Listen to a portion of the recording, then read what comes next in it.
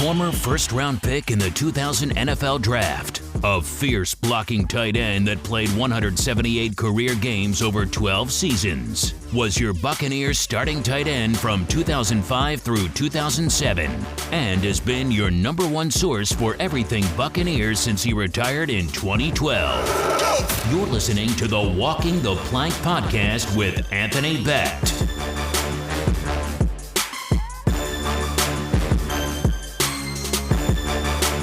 What's up, guys? This is Anthony Becht, and this is the first episode of Walking the Plank podcast with myself, Anthony Becht. And I'll tell you, it's going to be a fun season this year for the Tampa Bay Buccaneers.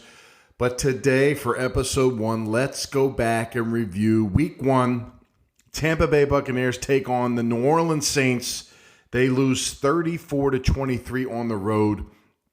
And basically in this podcast, guys, I want to break down the film, watch it, and make sure I can give you everything that I saw so that you understand, 1, what happened in the game, 2, understand that everything that happens in a game doesn't necessarily mean it's going to happen the next week, whether it's a win or a loss, and just kind of keep you level-headed and know that this is not a sprint, this is a marathon, and that no matter if it's a win or a loss, the Buccaneers still have a chance to do great things regardless of what happens week in and week out. So the key obviously is to win the game, but there are reasons why the Buccaneers lost week 1 against the Saints. So, a couple kind of observations early on in the game. Listen, Tom Brady is here. A lot of buzz, a lot of flair. A lot of people are hyped up about him in the Tampa Bay. I am. I think it's pretty cool. I mean, this is a guy that I came in the 2000 draft with. And this is a guy that I've hated my entire career, playing for the Jets, playing against him, watching him over the years play for the most hated football team in the NFL, the New England Patriots. And now he's in Tampa Bay where I have to embrace this guy. And I think it's great. I think it's really cool. It's cool to see him in a different unit. It was kind of surreal. I don't know about you, but when I was watching the game and he ran out and he had his Buccaneers uniform on, man, it was kind of like, man, this is like really happening. So definitely I know a lot of Buccaneers fans were psyched up about that, to see that happen. Now, let's kind of break it down, kind of the quarters of the game first. And, was anybody more excited to see what happened in the first 2 series of the game on offense and defense? The first series on defense, you do a great job. You're able to, you give up a first down on the first play, but after that, you knock them out and you get yourself a punt. So defensively, man, I'll tell you this. Couple things that I saw in this game that were really inspiring from a defensive standpoint. The team speed on defense was glaring. Now, New Orleans defense was fast, and they did a lot of great things too, but the Buccaneers defense, you got a healthy Devin White who looked like he was flying around sideline to sideline. This guy is an impact linebacker that's going to show up every single week. He has no choice. He has to show up. He's just too good of a player, and his ability shined in the opening game with 11 tackles. Levante David, again, the guy seems to be the fountain of youth for this defense. He continues to fly around. He's in the right place. He may not be the best sideline right now as a player, but he's always in the right spot, and he's still playing fast and at a high level. So that combination right there might be the best in the NFL. I'll be honest with you. You're talking about a young cat, a guy in his prime in Levante David. It's really something fun to watch. And with Todd Bowles calling the plays and working the defense, really, really something at the second level that's going to be fun to watch for many, many years. Now, so you get that stop on the first down situation. Then the Buccaneers get the ball. Now, I don't know about you. Okay, but when I saw that first drive come together, I was like, okay, this is like the real deal, right? They drive right down the field.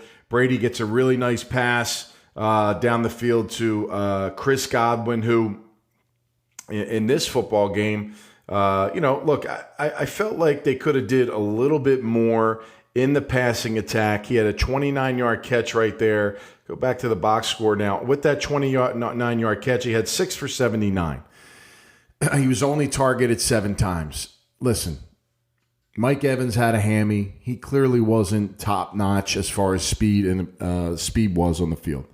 I know we'll get into Scotty Miller a little bit, who had a nice showing, but Chris Godwin, to me, as Tom Brady watches this tape and he starts understanding his receivers and his tight ends and his weapons around them, how they get open and their speed and into the different routes, Chris Godwin to me stuck out. He looked like a guy that was playing super fast. He's hard to cover. He's able to get off press. He finds the holes, and he gets separation. And I think, Brady probably came in with his mind feeling like, okay, practices have been good. I felt a good rapport with Scotty Miller. We link up in this game. I can trust him. He's going to be where he's at. He's going to make some plays. And I think that's great. Scotty Miller, this might be an opportunity for this young man to make a lot of money as long as Tom Brady's here, because he's going to have the ability to kind of shine in that movable piece. He's got tremendous speed, good hands. But remember now, your top receiver is Chris Godwin and Mike Evans, and those are the two guys that have to get the rock, in particular Chris Evans. So I want to see the targets go up for Chris Evans. I want to see Tom Brady eyeballing Godwin more in the football games moving forward. I think the tape is clearly going to show Godwin was a superior player at the receiver position on the football field versus the Saints, who was a very good defense overall in the football game. But they go right down the field. And, of course, who would have thought, if you had $1 million to bet on this football game, who would have thought that Tom Brady would have scored the first touchdown as a runner? So he gets his first rushing touchdown. You get that emotion from him as he gets up. He slams the ball, and I'm thinking to myself, okay, this team's going 14-2. Everything's gravy. Well, you know what? The Saints had some other plans on that, and things kind of went a little bit sideways for this football team. So, again, the Saints get the ball back. It's 7-0. They punt again. The Buccaneers get the ball back, and then they find themselves in a punting situation. And now this is where you get your first drive in the first quarter from the Saints. And again, the Saints have a lot of weapons. Kamara, Drew Brees was utilizing the tight end quite a bit in this game. Jared Cook did a nice job in that series. They get themselves in a scoring position, and right at the beginning of the second quarter leading in, they get their first touchdown, and they tie it up 7-7. And then comes the interception. And I want to talk about this first interception by Tom Brady because, I know there's a lot of, butt-sore Tampa Bay fans that are out there that have seen interception after interception, and there's a ton of flashbacks going in your mind when you see these things happening, and it's not Jameis Winston. But let's go easy on this one, okay? Tom Brady is not known for that. He's still trying to build a rapport with receivers and understand, how these guys work. But it's interesting to me, and I've never been a fan of a coach. There's a lot of coaches out there that go about their press conferences different ways, and Bruce Arians is a pretty cut, clear guy. He comes out, he's not afraid to kind of put the finger on what happened, what went on. But sometimes you kind of got to wait on certain situations that happen in the game to make sure you're clear about what you see and what happened. And it's kind of interesting to me because it was very clear to me on TV what the issue was on the first interception. And when you go to the sideline and you look at the Microsoft those pads and you see what's going on, everybody should be on the same page at that moment and you understand what happened. Well, after the game, Bruce Arians had said there flat out that Tom Brady was in the wrong.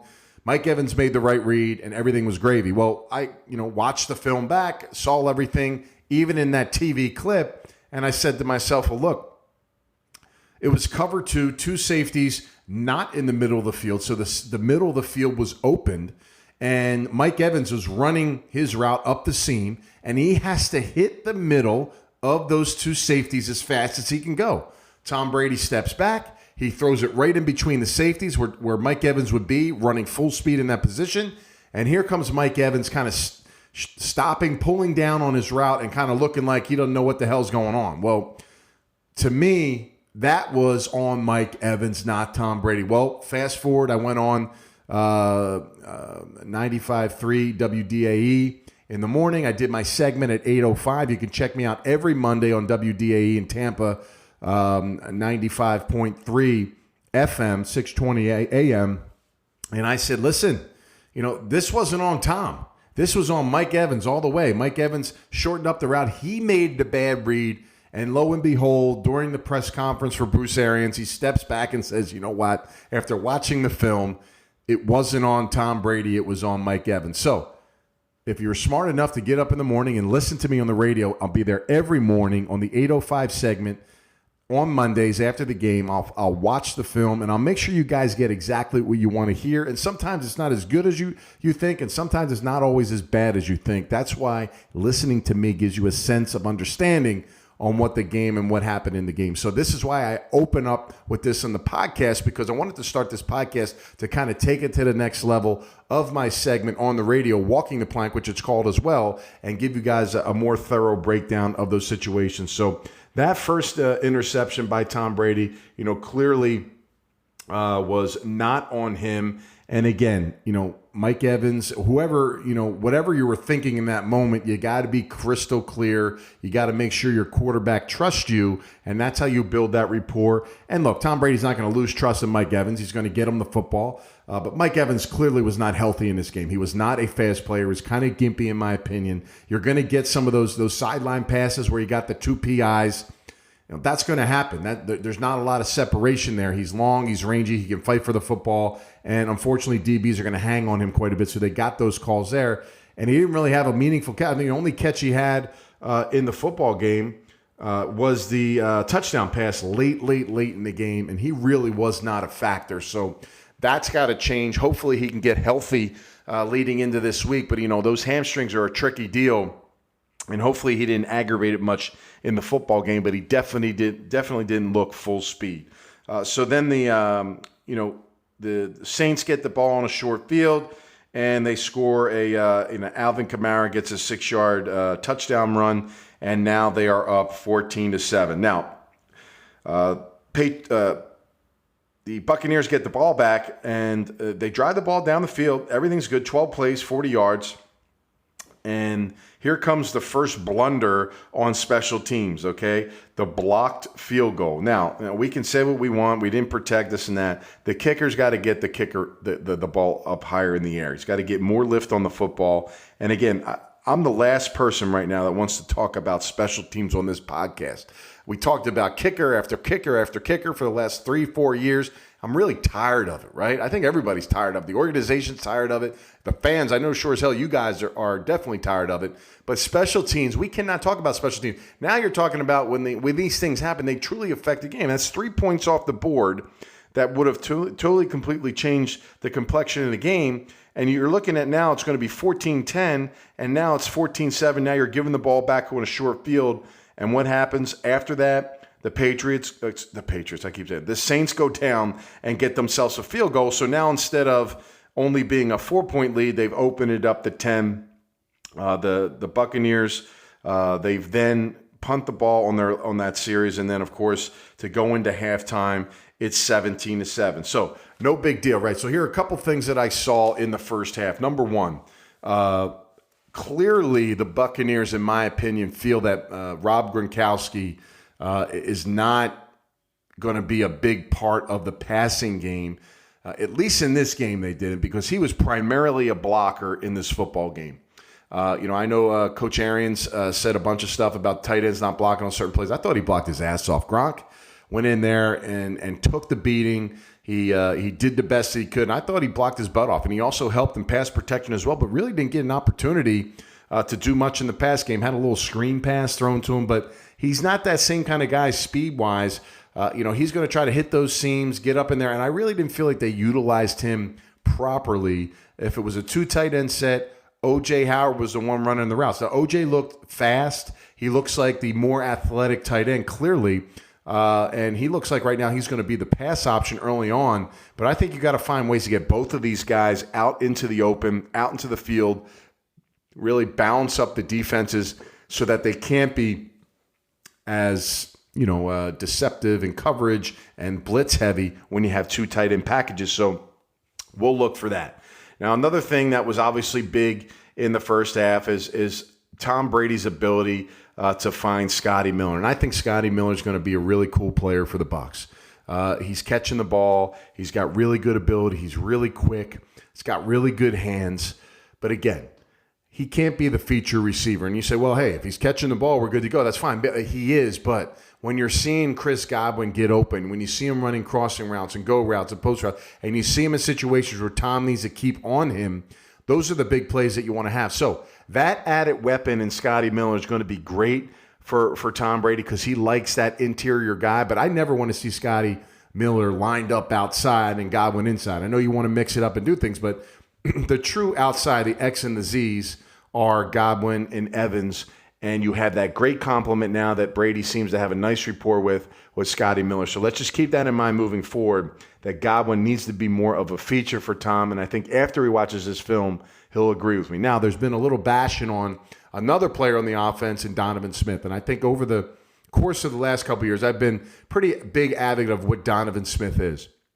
Donovan Smith, to me, is one of the elite tackles in the NFL. The problem is he can be one of the worst tackles in the NFL in certain times in each game that he plays. He gives you something each game that says, man, that's just lazy tendencies. That's just the opposite of what an elite tackle can be. And then you see things where you're like, man, not a lot of tackles can do that. Nobody can really move his feet like that. That's a heck of a job bouncing back and getting out of trouble and making a really good block. I mean, those are the things that you see him make at elite level.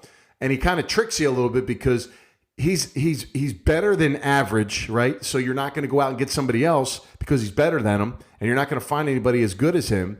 But the consistency level is what I'm waiting for him to take up to the next notch. Now, with that being said, everybody wanted to bash Donovan Smith in this game because he gave up 2 sacks and he looked like crap, and everybody think he's the worst. Well, I got news for you. The first sack was not on him. For whatever reason, Scotty Miller came across in motion. It looked like it didn't time up well because he didn't get all the way across. And what he did was, I don't know if he's helping in protection or he was supposed to get on the edge or get all the way across and he had a route, but he runs right into Donovan Smith's back and picks him off, causing the sack on the outside. Now, listen, I remember when I was playing and I was next to tackles, their protection, when the backs came up and helped in pass protection, the tackles kept saying, look, no matter what you do, don't ever touch the lineman because they don't want to get picked off. Well, right here, Scotty Miller comes across the field and just slam base right into the side of Donovan Smith, and he totally takes him off his block, and that's why he gave up the sack. So let's go easy on Donovan Smith. I thought overall he played okay. He did get beat on one snap and gave up a sack. But let's be honest, guys. This is the New Orleans Saints. They're a really good defense. And he's going to get a lot of pressure, man. He's got to protect the backside of Brady. I thought overall, when you watch Brady play in this football game, he was upright pretty much the entire game. I felt like he got enough time to make the plays down the field and do the things that he wanted to do. We talked about Chris Godwin. Needs to be featured more. I think Tom's going to see that. Evans, again, not healthy, was blanketed in this game quite a bit, looked a little slow, just wasn't there. Now, let's get to the running game. What's wrong with Fournette? What's wrong with Ronald Jones? Why can't the line get it right or block? Listen, I don't think it's any of that stuff. I thought the line came off the ball and did an excellent job. I thought the tight ends blocked well as also. The main thing that I have a problem with is the scheme and what they do to try to run the ball. Sometimes it's 2 tight end sets. I had no problem with that. I lived and died on running it with 2 tight end sets. They work. That's great. The deal is bringing the receiver into the box. And the reason why teams bring the receiver into the box is because they want to block the extra defender. Sometimes you'll get that extra defender, the 9th or 8th guy in the box from the safety position that's unaccounted for by the tight end and the line. And you have to find ways to block him because if he's up in the box, he's going to make the tackle and make the play. Well, what the Buccaneers like to do is they bring Godwin in, they'll motion him down, they'll motion him over, and they stick him in these holes. Right? They stick them in these holes to go dig out the safety. Well, that's all fine and great, but the problem is sometimes he came in some of his motions, and the guy that he's blocking is the guy that came in with him on the motion that wouldn't even be in the play if he didn't come down. So, for me, I feel like, I want to see the Bucs spread out a little bit.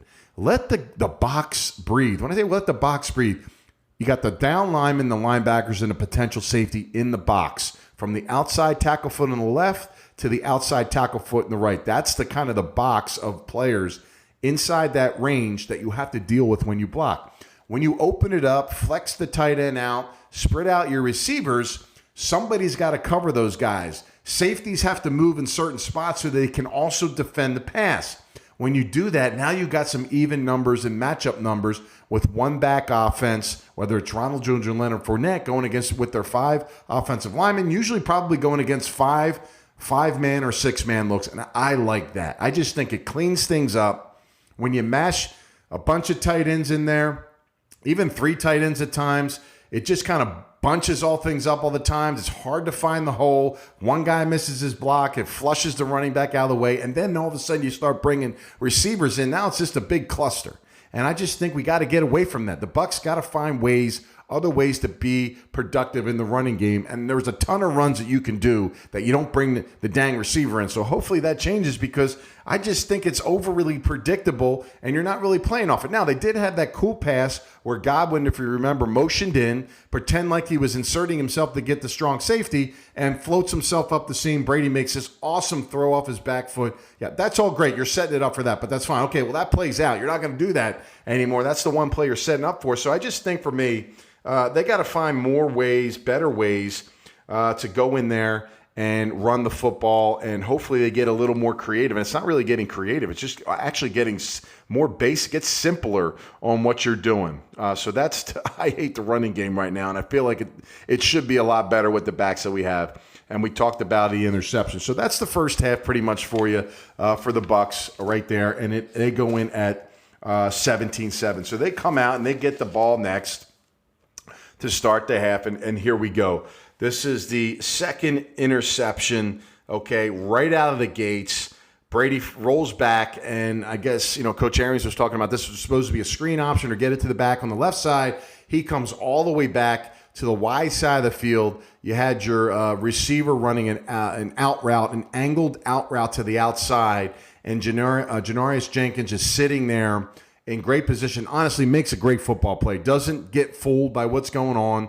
As soon as he sees the receiver break out, he immediately jumps the route, and Tom Brady throws that ball all the way across the field. And let's be honest, he doesn't have that kind of arm, the same kind of push that he had. And I could tell as soon as he threw it, kind of got his feet in cement. He just stood there, and he was like, oh, man, this isn't going to be good. And it wasn't. Jenkins gets himself a touchdown, pick 6, and now it's 24-7. I'll be quite honest with you.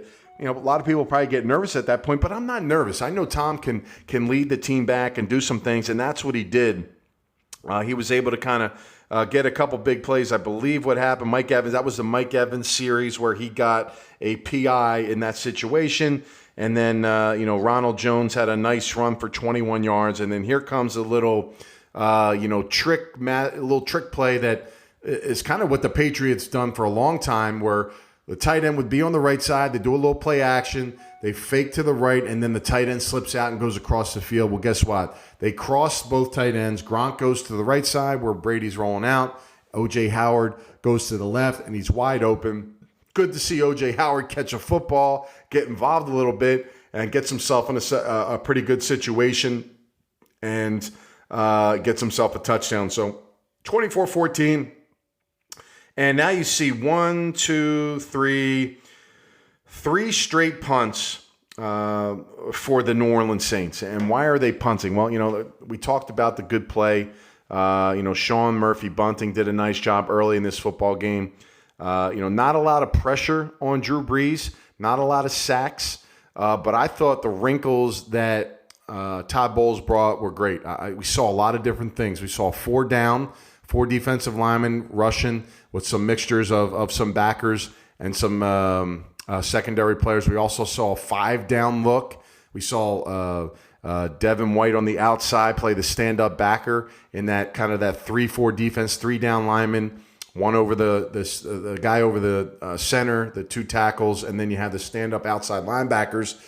You saw that mixed in there, and you saw them kind of get unique and do some things, which was good to see. So really nice game. We talked about the linebackers, and, of course, secondary did a decent job. I mean, anytime Michael Thomas has less than 100 yards, I say 100 yards because he pretty much gets that every single week with the Saints. He was a non-factor in this football game.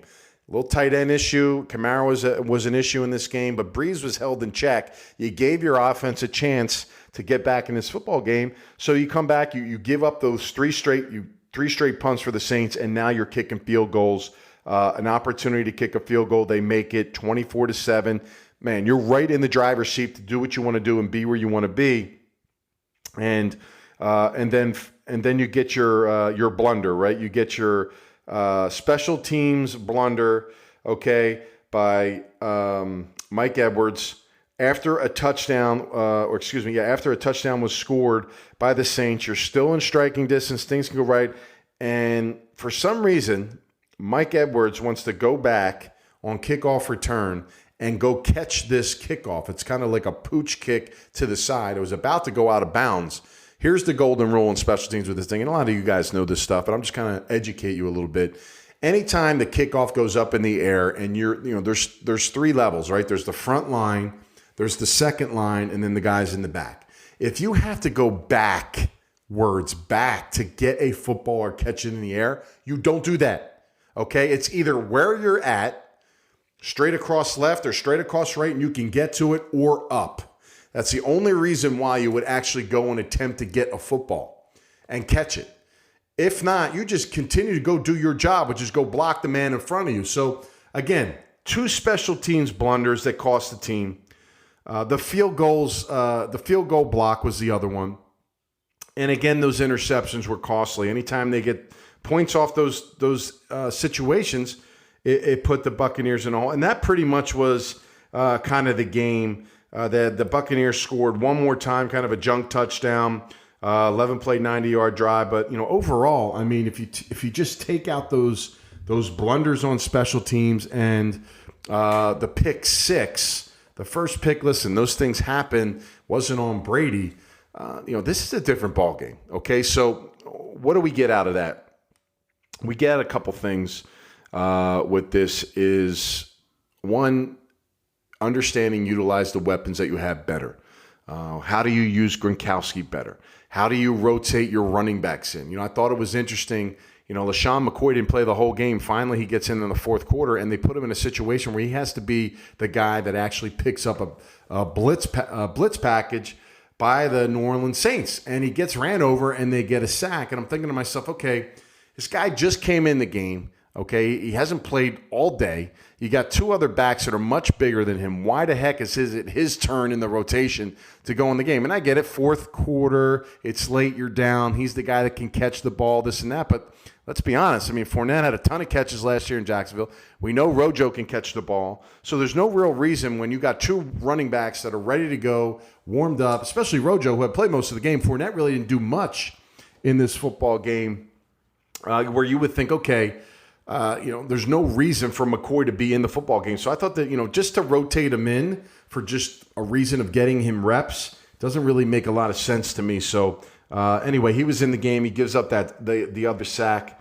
that Tom Brady took. So those are a couple things that I saw. How you use Gronk, like I said, he didn't run a real route till late in the second half where he ran a seam route. And to be quite honest with you, there was about 4 New Orleans Saints players around him, and Brady tried to force one, and he's lucky he didn't get an interception there. But offensively, I just feel like there's got to be better continuity with the receivers, and honestly, that can't happen in practice. It's very hard to get timing down. It's very hard to kind of get with your receivers and tight ends and be on the same page until you get live bullets. And I think Tom's going to learn a lot. I mentioned it earlier in the podcast. Chris Godwin's going to be a guy that he's going to favor a little bit more in the coming weeks. I just feel that the way Chris runs, he was the fastest player on the field offensively for the Buccaneers, and you're going to see that out of him. And those two, I think, are going to build a nice rapport. I think Evans has to get healthy. He wasn't the Mike Evans that I saw. The guy came in shape in the offseason. He worked hard. He just wasn't him. And it kind of showed up in that football game. A little gimpy and not as fast and crisp as he wants to be. I credit him for playing and gutting it out. I'm sure there was some issues where he got some twinges and stuff, but hopefully he's able to bounce back and get that thing healed and be right. The running game's got to change. It's probably not, so you're going to probably see the same stuff with the receiver inserting inside, bringing another defender in the box, but I love to see them try it. I mean, if it's not worked here for a year and a game, why not try it? Why not spread it out? Maybe some draws. Quick action. And I want to see some empty packages. Why does anybody got to be in the backfield? Spread everybody out. Remember several years ago when the Patriots had no running game, they won the Super Bowl, they would spread it out, empty packages all day long and just dink and dunk and get 5 yards, 6 yards, 4 yards, 5 yards. That was their running game. You can mix that in, and now all of a sudden you're talking about all the weapons out there that can catch footballs.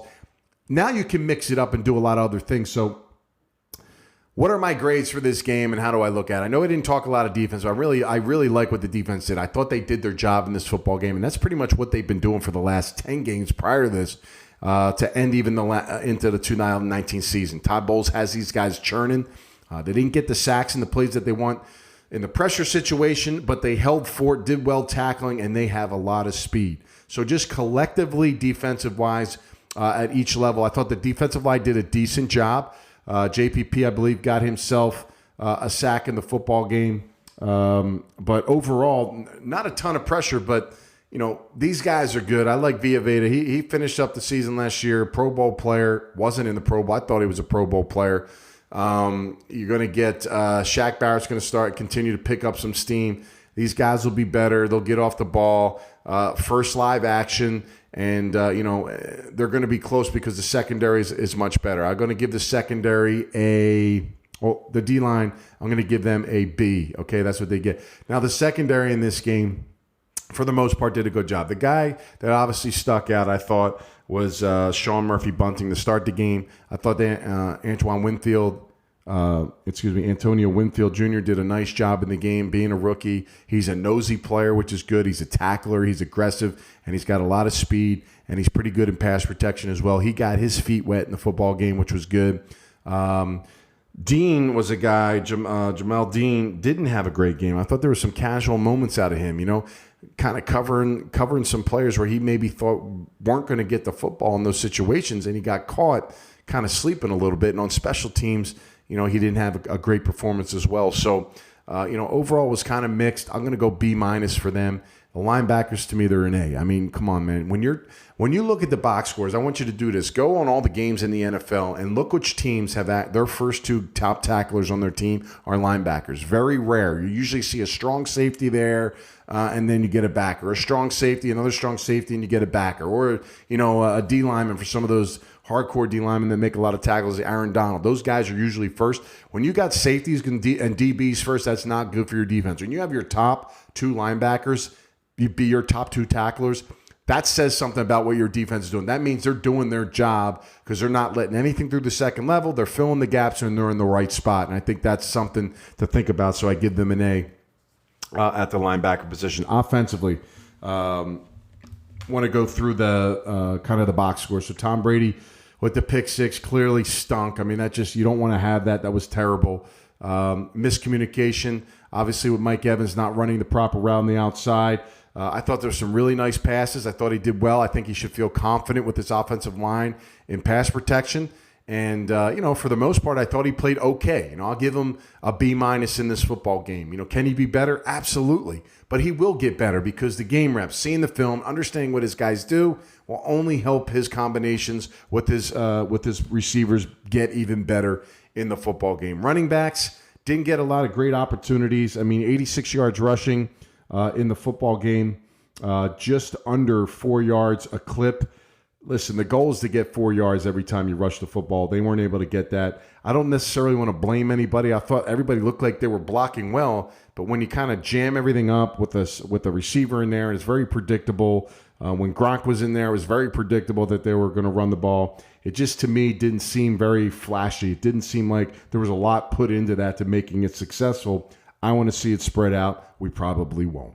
And then, so the running backs in this situation, you got to give them a C because they just really didn't have a lot of production overall in the football game. As far as a receiver standpoint, Scotty Miller had a little breakout game. He looks like he's going to be a favorite for Tom Brady. Chris Godwin, like I spoke about before, was the best player on the field that probably should have had twice as many yards that he had in the game. He had 6 for 79. Gronkowski was a non-factor in the passing game. He was either pass protecting or run blocking. How they utilize him moving forward, I'm not quite sure, but that wasn't a good sign of what he was doing in that football game. Maybe they wanted just this week to just kind of get him to help out Tristan Wirfs or whatever they wanted to do. That's fine, but you got to mix it up and give the guy an opportunity. to run some routes. O.J. Howard, 4 for 36. He did have the touchdown. Nice to see him kind of get some things going. I mean, if he's worried about how many balls he's going to get or, worried about his contract, if he catches 4 balls over 16 weeks, that's going to be 64 catches for him on the season, which isn't too shabby. So that'll be good for him. He just got to keep running fast and catch everything that comes to him. He had a nice low catch in the football game that he had to come back for the football and did a good job there. Cameron Brate looks like he's going to probably be the odd man out in certain situations. But again, find your way to get these weapons all on the field, utilize different packages. You can go 3 tight ends, and you can spread out and go empty. You have the flexibility to be creative and really dominate defenses week in and week out. And I think that's going to happen as we move forward into the season. Overall, I got to give the receivers a B-, okay? Didn't hurt you in the game, but, the fact that Mike Evans only had 1 catch and he's kind of your stud guy, you didn't have to double him, didn't have to bracket him much because he just wasn't full speed.